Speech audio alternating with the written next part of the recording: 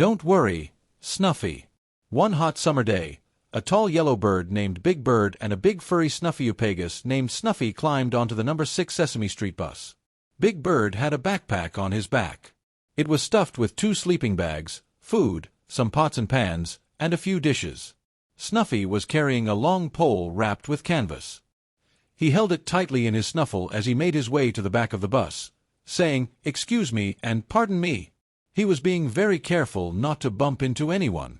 "We are going to have so much fun on our camping trip," Big Bird said as they found seats on the bus.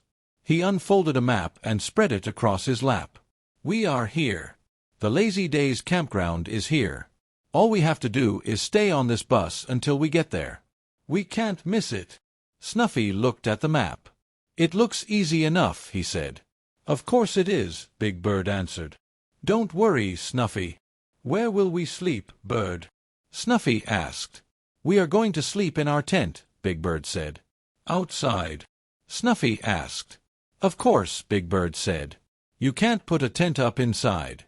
Sometimes you are a very silly Snuffleupagus." But Snuffy did not feel silly. He felt worried. He had never been camping before.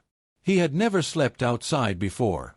It was a long ride to the campground, and Snuffy was worried about missing their stop. "Bird," he said finally, "we're here." Big Bird and Snuffy stepped off the bus and looked around. Big Bird took a deep breath of fresh country air. "Isn't this great?" he asked. "I told you not to worry, Snuffy." Big Bird led the way as they walked to the campground office. The director said her name was Joan, and she showed them to their campsite. "If you need any help," she said, "just ask."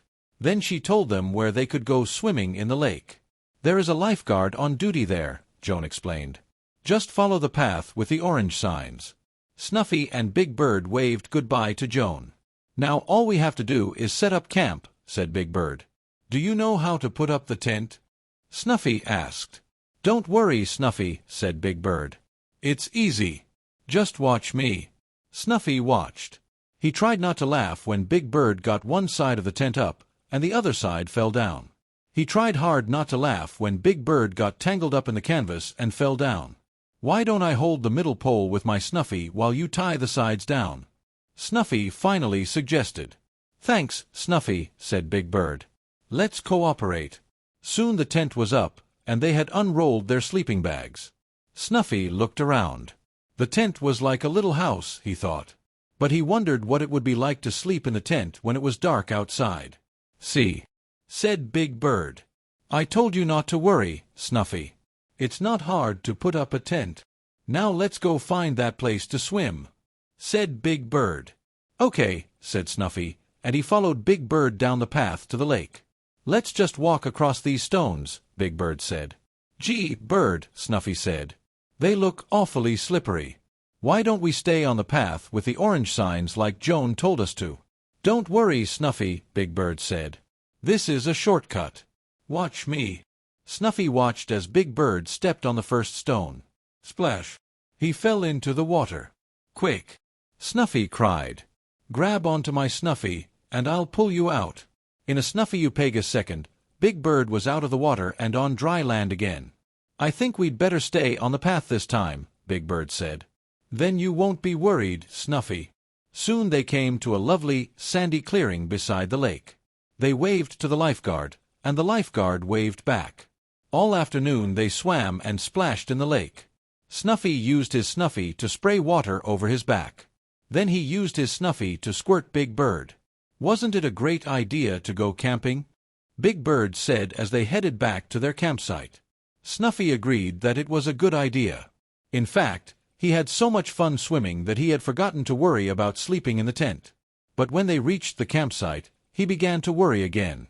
"I brought hot dogs and marshmallows to roast over our campfire," said Big Bird. "Bird," said Snuffy, "do you know how to build a campfire?" "Don't worry, Snuffy," Big Bird said. "It's easy. All I have to do is rub 2 sticks together. Watch me." Snuffy watched as Big Bird found 2 sticks and began to rub them together. He rubbed and rubbed, but nothing happened. "Gee," he said. "It always works on television." Snuffy shuffled off toward the campground office. "I'll be right back, Bird," he called over his shoulder. Soon Snuffy returned with Joan.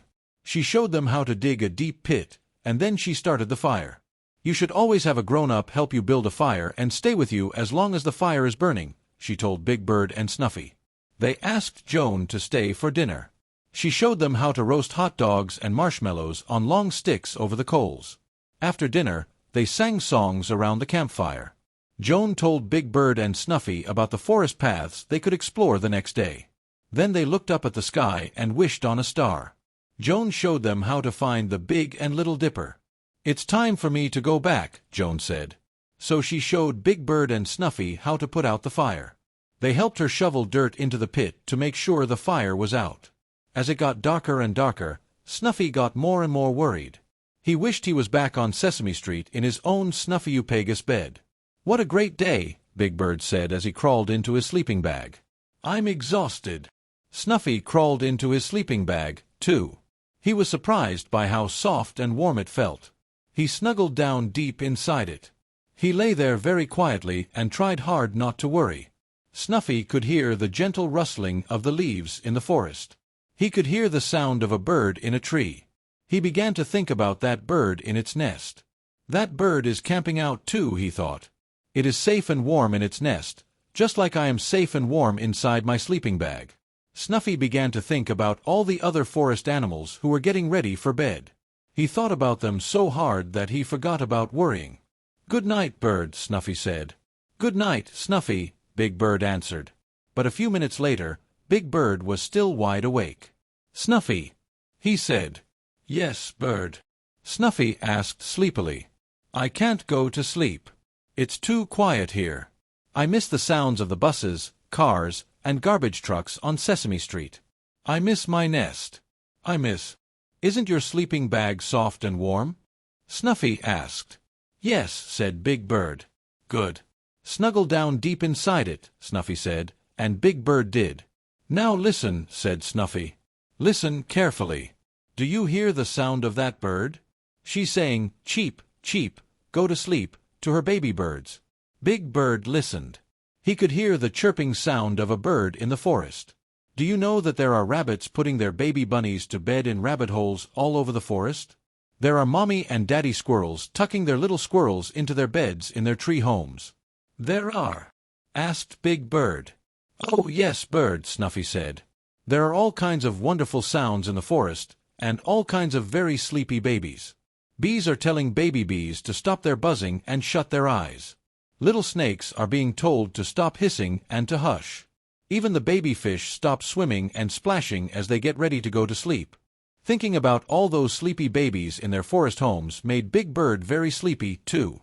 "Don't worry, Snuffy," Big Bird said dreamily. "I'll be able to go to sleep now." "Sweet dreams, Bird," said Snuffy. The end.